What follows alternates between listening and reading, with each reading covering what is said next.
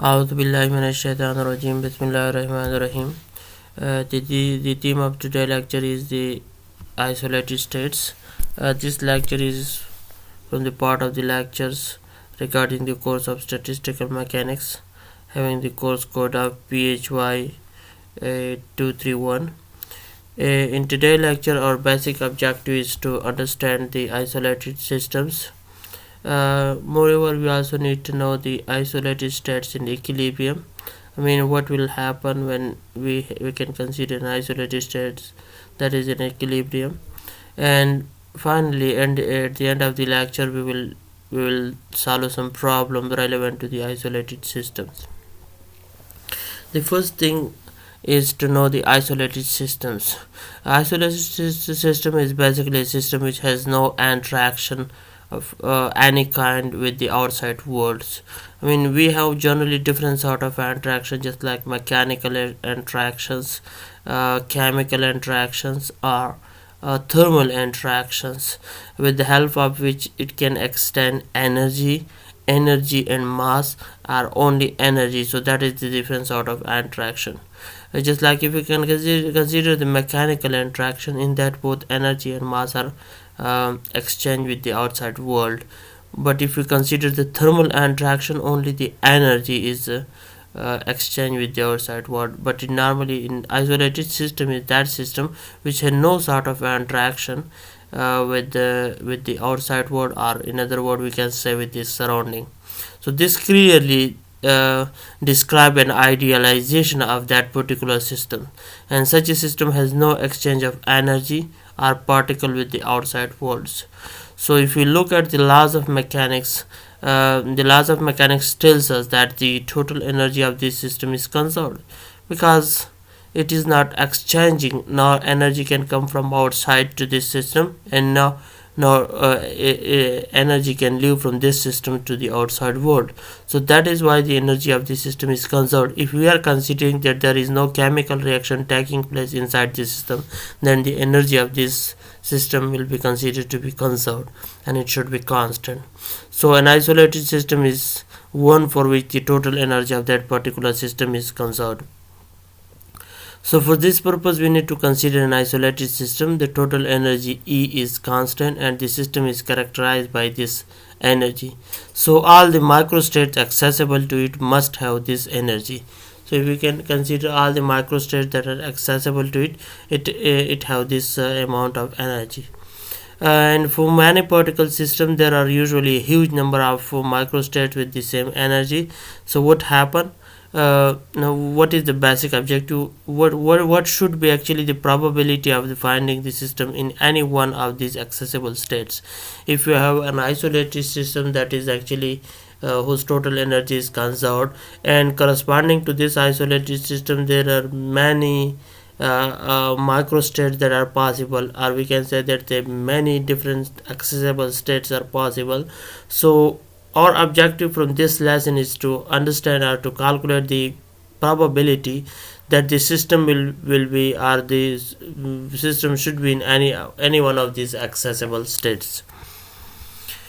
So before answering this, we need to know the concept of equilibrium, that is more relevant to the isolated states. So what is actually equilibrium? Equilibrium is a system should be in equilibrium when the macroscopic characterize the macroscopic parameters that are characterizing these particular systems are independent of time, or in other words we can say that the values of this microscopic system are not changing with time.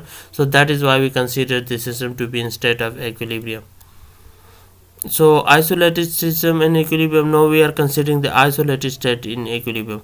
In some cases definitely isolated systems are in equilibrium, but in some cases if the chemical reaction is taking place inside the system, then the energy of that system is not conserved, because the just like we know different sort of chemical reaction, just like endothermic and exothermic chemical reaction.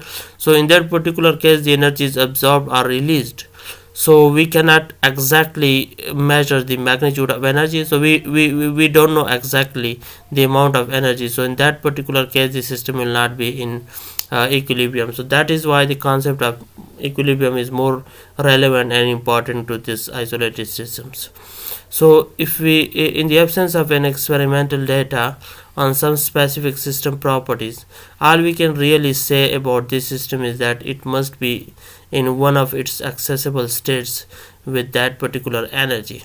So from this we can argue the hand wave. There is nothing in the laws of mechanics that are classical or quantum which would lead us to suspect that for an ensemble of similarly prepared systems, we should find the system in some or in any one of its accessible microstates more frequently than in any of the other particular microstates. So it seems reasonable to assume that the system is equally likely to be found in any one of its accessible states. So if we are considering any isolated systems and want to describe it statistically, again we need to apply the 4 steps that we have already learned in the previous lectures. So we need to know the nature of the particles, we need to describe the systems, and in the second step we need to know the statistical ensemble of these particular systems, and then in the third steps we need to describe the postulate of probability that says that all accessible states are equally probable, or in other words you can say that the system is equally likely to be in any one of its accessible states. And then finally we can come through the calculation of probability. So in this case we had applied the third steps where we found that all the accessible states should be equally likely to be found. So this is actually the postulate of probability, and it is about the equilibrium statistical mechanics, in which we make this assumption and evaluate it to the level of postulate. This is actually postulate is the fundamental postulate of probability, which is also called as the a priori probabilities, and that is the statistical mechanics says that an isolated system is in equilibrium. This condition is very much important. An isolated system in equilibrium, if it is not in equilibrium, the energy level will continuously change. It might increase or decrease. Therefore this accessible states or microstate will also change. So in that case we cannot exactly measure the probability of that, because we don't know exactly the amount of energy of that particular system.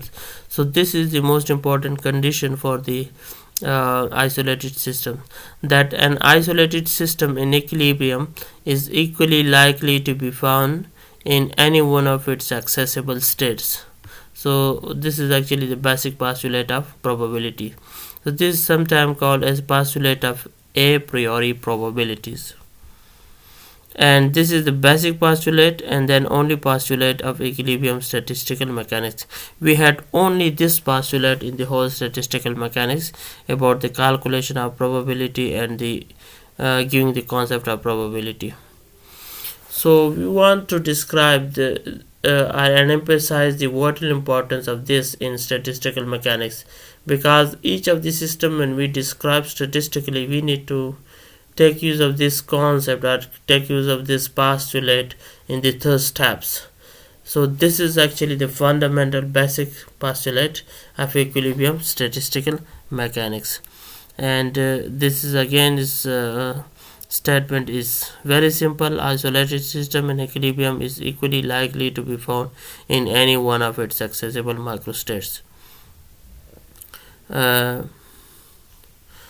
So if with this postulate we can derive all of the classical thermodynamics, classical statistical mechanics, quantum statistical mechanics, and because physics is actually experimental science and that is based on experimental data, so what we do, we basically do calculation on the one side, because we don't know exactly the value of something, so we do calculation for that. That is actually the probability calculation for any particular systems.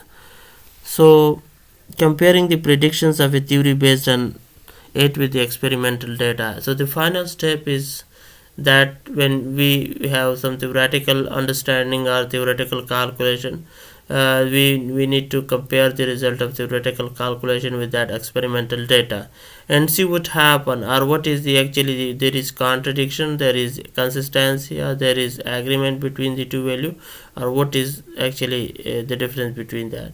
So in huge quantity of data taken out to 50 plus years exists, so none of this data has been found to be in disagreement with the theory based on this postulate. So this is something about the prediction or with the comparison with the experimental value or experimental observation.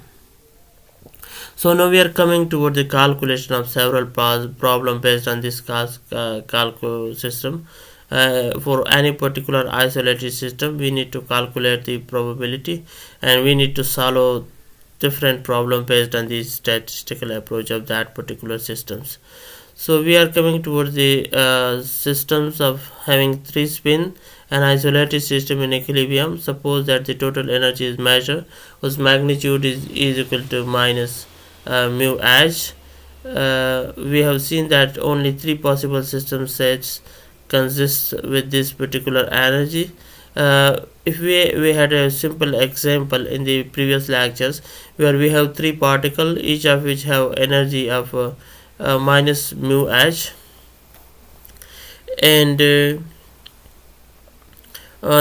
arrangement has different possibility. If we have 3 particles, so the total number of possible microstates are 8. Among the 8, if some condition is applied, and condition is like that we can consider the microstate among the 8 whose total energy is equal to minus mu h. So we have this 3 sort of configuration. If we look toward this 3 configuration, this is plus, its value is value of energy is minus mu h, because in this particular configuration the magnetic moment align in the direction of field, so both have the same angle, the same direction, so the angle theta is equal to 0, mu dot h cos theta will cos 0 will give us 1, so its value will of energy for this particular system is minus mu h. So similarly, if we consider spin down, this is in the opposite direction of the field, so in this case the angle is 180 degrees, so cos 180 degree leads to minus 1 value, so we will have the E is equal to mu h value for this spin down. So if we consider this configuration, in this these two will cancel each other, so we will have minus mu h value. In the same case, these two will cancel each other, we will have minus mu h, and in this configuration these two will cancel each other and we will have mu h for this particular descriptions.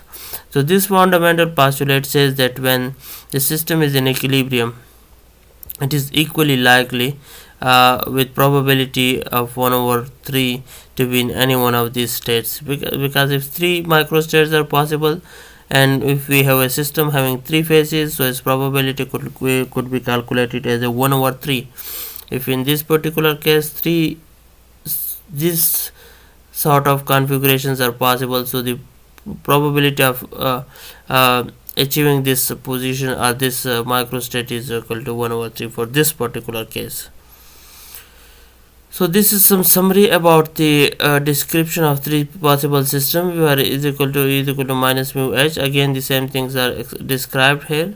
So the fundamental postulates gives us the probability of these things, and this probability is about the systems, not about the individual spins.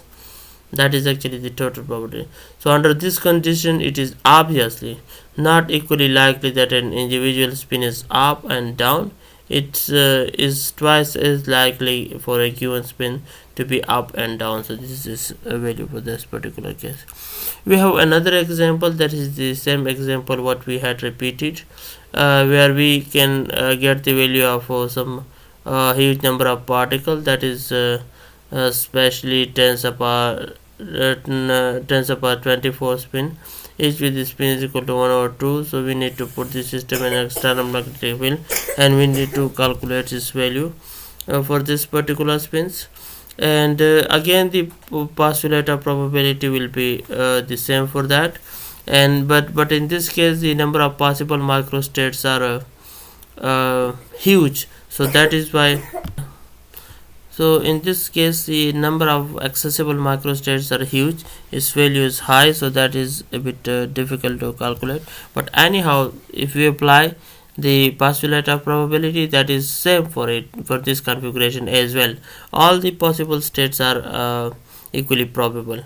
We have a classical illustration of some particular system where we can consider an oscillator, that is actually a simple harmonic oscillator.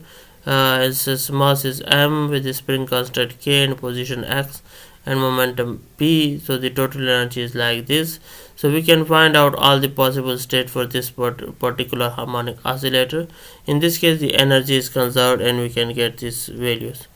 So again, when we find the position momentum of the particle, there are some uncertainty should be present, I mean we cannot measure because we are in quantum level. So we cannot measure both position and momentum of the particle simultaneously. So if we measure simultaneously, there should be some sort of uncertainty in any of these two values. So this is a description of something. So when we need to describe this particular system, we need to have the energy, the possible values of x and p, that is position, momentum with energy between E and E plus del E, and that is actually equally likely. We need to add some increment to remove this uncertainty. So again, if we apply this uncertainty for that, we need to have consider isolated system equilibrium, and we can find out its accessible state, but all the accessible state will be equally probable in this particular configuration. So in this particular situation, we can use the fundamental postulate to infer either the system is not isolated or not in equilibrium. So in this case, we will spend most of our time discussing this some problem, and we will discuss systems which are not isolated.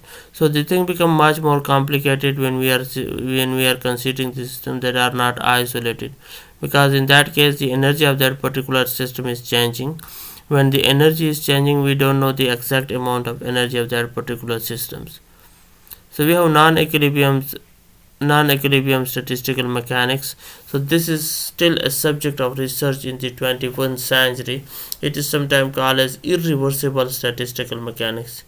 So the understanding of non-equilibrium statistical mechanics is a bit difficult because we don't know exactly the magnitude of energy that system have.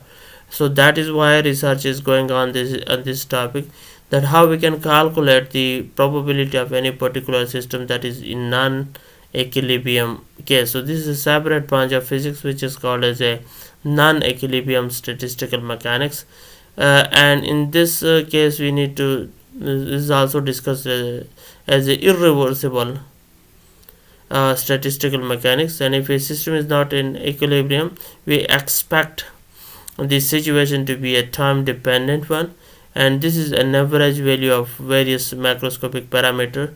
The various macroscopic parameters should have time dependent values.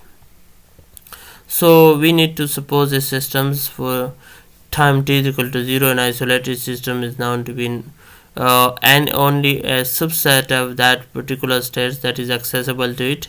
So in this particular case, there should be no restriction which would lead then to prevent the system from being found in any one of its accessible states at time t is greater than 0. So therefore it is very improbable that the system will remain in this subset of its accessible states. So that is due to the interaction between the system particles. So the parameters characterizing the system will change with time until an equilibrium situation is reached. So again we are moving toward the equilibrium, because when the equilibrium is not achieved, we don't know exactly the value of that system, value of energy of that particular system, and because the values are continuously changing. So what will happen when there is interaction between the particles? The system parameter will change with time. So it will make transition between its various accessible states, and that we will not be able to know the different microstate of these systems. So after a long time, we would expect an ensemble of similar system to be uniformly distributed over the accessible states. So that is, equilibrium will be reached if we wait long enough. After that time, the system will be equally likely to be found in any one of its accessible states. So how long we need to wait? This depends on the system, and it could be femtosecond, nanoseconds, centuries, or billions of years to bring that system back to the equilibrium configuration and find out all the possible states. When all these possible states are reached, again we can apply the postulate of probability, and we can consider that all isolated systems will after a sufficient time approach the equilibrium position, and that is actually the Boltzmann theorem. We have some example. That is actually the example of that particular case we had several times used, and that is actually the previous example. And this is a new example where we can have a gas in container divided by partition into two equal volumes, and it is equilibrium and confined by the partition to the left side. So the gas I mean, at one side we have vacuum and on the other side we have gas. So what happen if we remove the partition? The new situation is clearly not an equilibrium one. All accessible states in this right side are not filled. No wait, we need to wait for some time so that the system may achieve a new equilibrium configurations. As a result of collision between molecules, they will eventually distribute themselves uniformly, or that, and we can consider another equilibrium condition for that to apply, and then when the new equilibrium condition or situation is applied, we can apply the uh, uh, postulate of probability on this particular system. So this is the end of this lecture, and thank you very much for now.